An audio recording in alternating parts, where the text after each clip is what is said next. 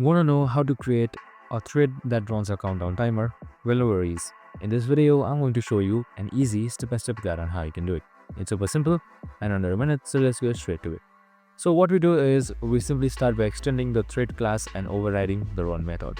Inside it, we loop from 5 down to 0, printing all the countdown each second using thread.sleep1000. So as you can see in the 6th line of code right here. So once that is done, finally when the loop ends, we print times up. In the main method, we just create an object of our threads class and start it using start method. So that's it. This helps you simply understand how threads work independently while the main program continues. And that's how you make a countdown timer in Java. And that's it. I hope this video helped. If it did, make sure to like, subscribe and tune in with us for more of these videos. Have a good day and see you in the next one.